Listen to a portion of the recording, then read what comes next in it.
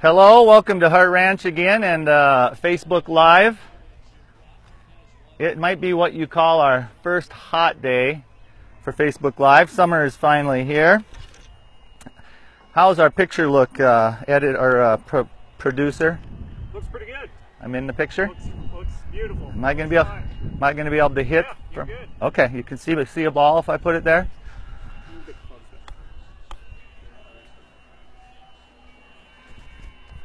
Oh, okay. You can talk, Jared. This is very casual. Move the clubs a little bit. Yeah, there you go. A little bit back. I'll be honest with those of you watching, and I'm sure it's a large number already, that we just couldn't quite get our picture set. So now we're there. 0 people watching. 0 people watching. Well, you know, it is the first 30 seconds, so we guess we better respect those that are going to watch it on tape and not waste too much time like that. So what we're going to talk about today on Facebook Live is effort and sequencing. Effort is generally, when I say effort, the thing that I see the most common, especially for men, is too much tension in the grip, quick transition, and really trying to force the issue. As opposed to letting the club do the work, is what you might hear from some instructors. Or grip pressure, you'll hear people talk about holding the bird. You know, while we're on grip pressure, let's just throw a quick bit out there about that. That holding the bird thing really only works if you are hitting soft shots. That's more for the pitching, chipping, putting, 30 yards, 40 yards. I mean, if you're trying to hit a 300-yard drive, you're going to have to be holding it tighter, because you're generating up to over 100 miles per hour of club head speed for the bigger hitters. Even the average man will be in the 90s for sure. So my point is that you're going to have a little tighter grip when it comes to the longer, more powerful clubs. And you would like to have that grip pressure be in the back end of your hand, or the last 3 or 2 fingers. I'll do a lot of practice at home where I just hold a club and I just waggle it, or I swing it like this with, I'm a little on the end, but with just those 2 fingers. The stronger you can make these back 2 fingers, the better off your control will be, and the more you'll be able to fling the club and generate club head speed. And then with the right hand, we want it to help, but large majority of the elite players are going to have that hand as a helper hand. It's not going to be more dominant than these 3. This part of our hand is the power pull. This part of the hand, I teach a lot for people who are having trouble with squareness. I teach them to kind of just get that clamped on there and mentally connect the face or the leading edge to however you're holding it, so that if your hand turns this way, the club turns that way. If your hand turns this way, the club turns this way. So you connect mentally the face to that hand, so that if you're hitting draws and hooks, you know you're probably closing the face a hair too much, so you hang on to it and you hold it a little more open, or vice versa if you're fading. So that's just a quick bit on grip, which does go into the first. All right. We got any questions? Okay. You can talk, Jared. Would you say then it's obviously pretty vital in your grip, especially in your left hand, if that's, you know, considered your the dominant hand in your swing, to have the heel pad of your left hand almost directly on top of the club? Yes. Correct? Yeah, really good. Really good. Jared just he's a pro, so he's just thinking for you guys, and he's right on it. One thing that you want to be conscious of is making sure that this fatty part of the hand is on. And we went over this with Les, I think, the other day, and he was doing it right. So this is just a good reminder that we want to have that. And if we're like that, you know, we can't even, the club will fall if it's not underneath and we're trying to hold it with those 2 fingers, if it's up in here. So that's just a really, really good tip from Jared. And the one thing that the one thing that does, holding it in the palm, I mean, I've seen some really good golfers play this way. They just aren't going to hit it as far. It makes it so that we're unable to hinge as far in the backswing when it's in the palm. As I move it down into the fingers, the club gets more hinge back here, which allows us more power to fling it.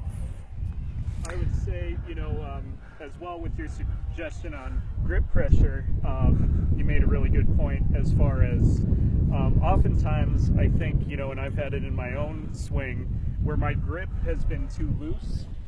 Obviously I don't want a lot of tension in my arms, but my grip's so loose that the club's moving around, especially in transition at the top of the swing.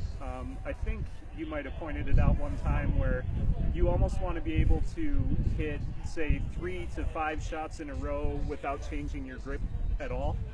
I've heard that. Would you consider that a valid? Yeah, you bet. I don't know if they can hear you, so I'll just kind of recap. Jared was saying that he's noticed that there are times when he didn't have a good enough grip on it, and the club would have play, like a steering wheel at the top of his backswing. And yeah, and then you just shored up the bottom end and your clamp and got better control of it. Yeah, that's real common. And he also mentioned that get that grip and then don't let it go after you hit the first one. Keep it. The only problem I find with that is the longer people keep it, the more pressure they tend to squeeze it with. But whatever, that's not a bad idea nor a bad drill. If you're watching and have any questions, please. That's kind of the main purpose for this, but no, it's not. Main purpose is growing the game and sharing knowledge so that you can hopefully play better, enjoy this game better, and share it with other people, because it's the best game there is.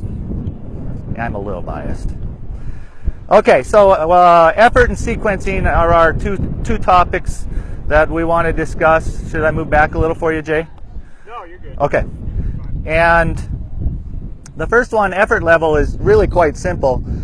If you watch television golf, women, men, any of the elite players, it very rarely looks like they're trying to swing as hard as they can. And that's because they aren't.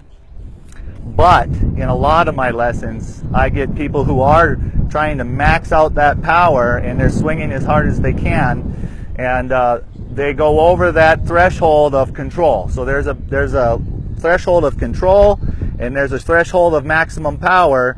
And yeah, we'd like to be able to maintain that control up to maximum power, but history tells us no one's ever been able to do it. So we have to tone down our effort level somewhere below maximums in a range where we find that we're consistently striking the golf ball. And I guess I'll hit two of them here. And I'll hit the first one like I would see some of my students, and that is trying to max out and get full power.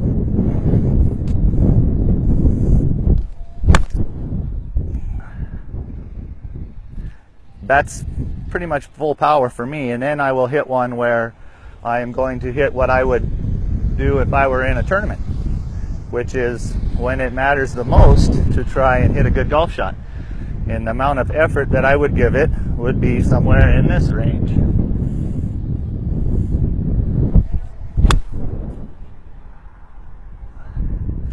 And hopefully that's a noticeable difference. Yeah, the thing I noticed the most with it is basically pretty obvious that the club is just speeding up at the ball rather than in the transition.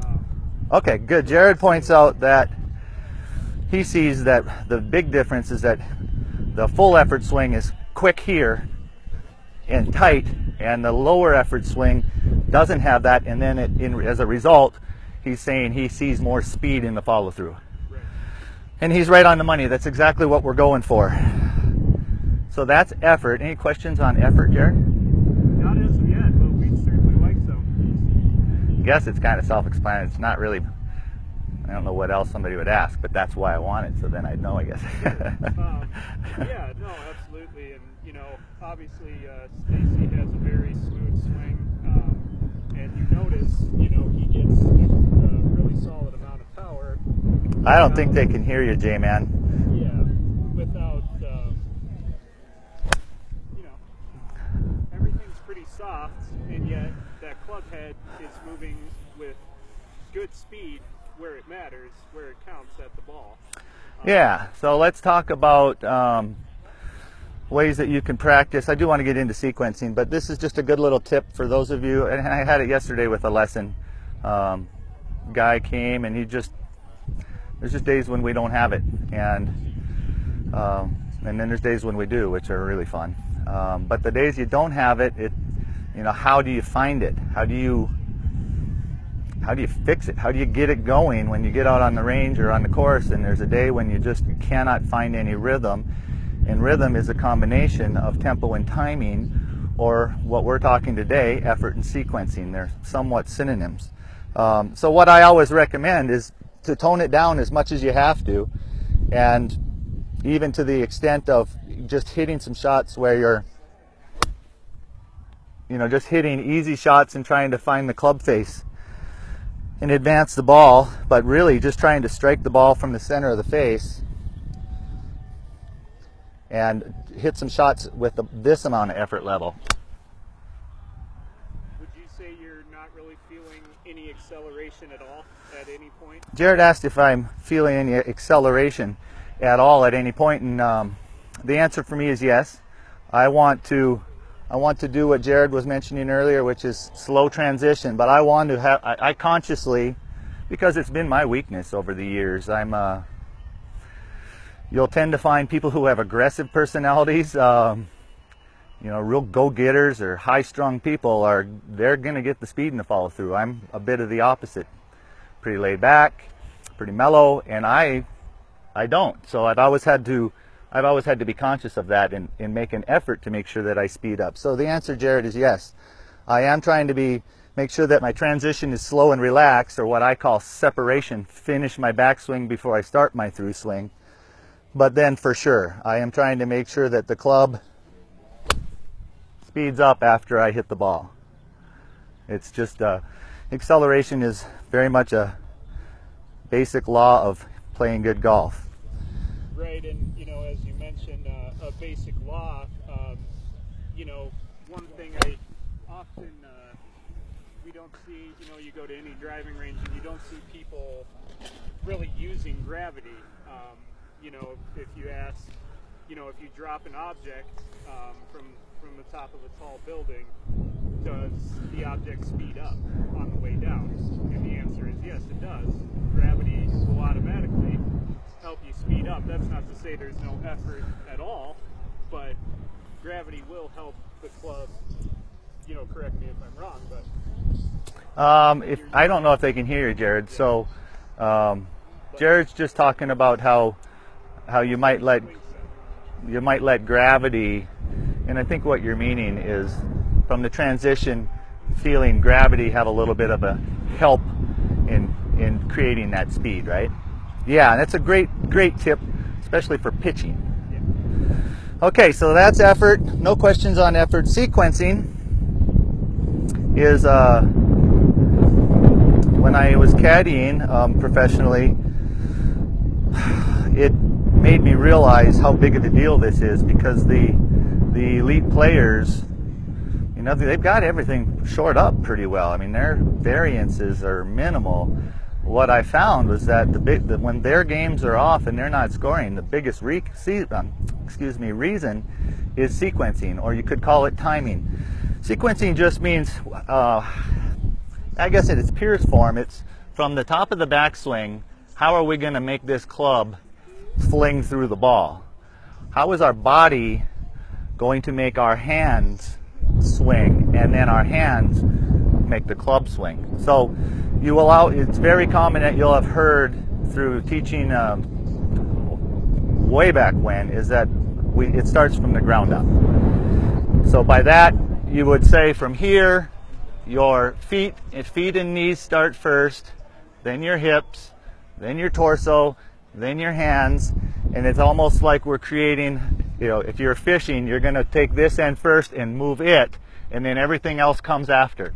It's a similar type of motion for golf, but it's going to start at the bottom, and then we're going to create through. Now, if you overdo it, you'll have a tendency to go here, and then at impact, Your shoulders will be facing the target and your hands will be in front of the club head significantly, and this will create a shot to the right or a slice. Real common. It's less common that someone will go from here and get the handle there before you shift your weight, although I have seen it. It's just not quite as common. So what we're trying to do is and I don't have an impact bag with me, but that was one of the training aids we use, is from here we bam, and we hit into that impact bag, and then we can check this position. If at impact, you're more likely to be here, but we'd like to be here. Of course, if you're Jim Furyk, you're like that. So there's no laws, people. There have been people who play at a very high level. It is what you repeat. So that position I just showed you isn't ingrained in stone. We've seen lots of variations on it, but the key is that regardless of the variation, the person is finding sequencing and generating speed in the follow through. Kind of the trademark of very elite players, high-level players, is that their swings are very efficient, no matter what style it is or swing plane they use. Jared said, do you see that great players have efficient swings? So, meaning basically their sequence from, their kinematic sequence from the ground up, the reason they look effortless a lot of the time is that their sequencing is so good that the maximum energy is getting into the club head at the right time. All right, Jared's trumping all you guys on the Facebook. You're not getting any questions, right? So Jared's doing a really good job of filling in for you guys. His question was, do you find that efficient sequencing leads to better ball strikes and more club head speed? And for sure the answer is yes. So effort and sequencing. So what we're going to finish with here is a revisit to our very first Facebook Live, which was a pre-lesson lesson, which was pay attention to your setup, grip, alignment, balance, ball position. And then I mentioned to you that you should just find some rhythm and strike the ball. Well, what I was talking about was this is just a little more elaborated on it. The amount of effort you use, grip pressure, but very important, sequencing, trying to get some speed, flinging this golf club as and after impact. And then the third part of the pre-lesson lesson was to hold your finish. Jared just asked if there's a drill. Sequencing,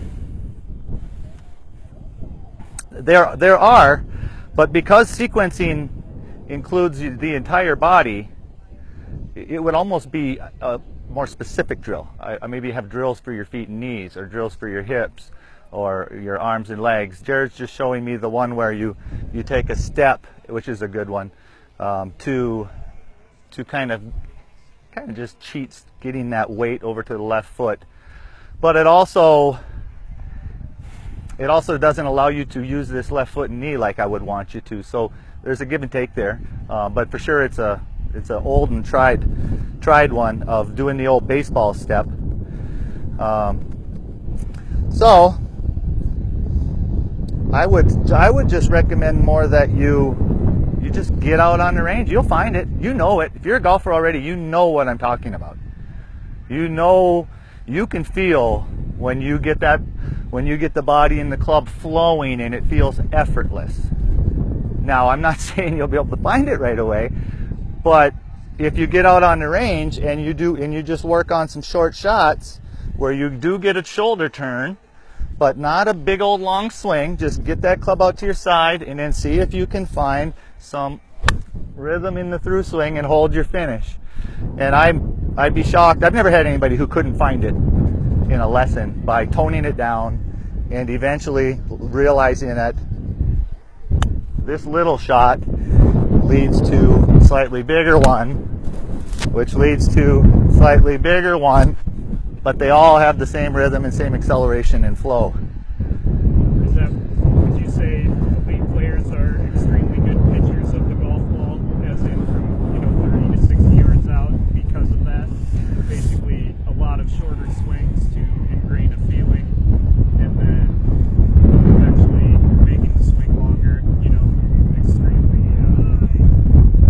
efficient, because it's easier for anyone, I would say, to get something down on a 30-yard pitch shot than, a full swing with the driver.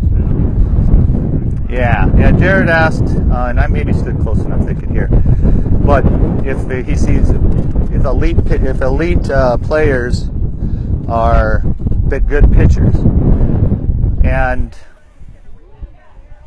obviously the answer is yes. I mean, you can't be elite without having that, but there certainly are players who are, better ball strikers and not as good at putters or short game. I think we heard a lot about Dustin Johnson before he has made the improvements. He was a poor pitcher, so it's certainly not a law. But I would agree with you, Jared, that is normally the case.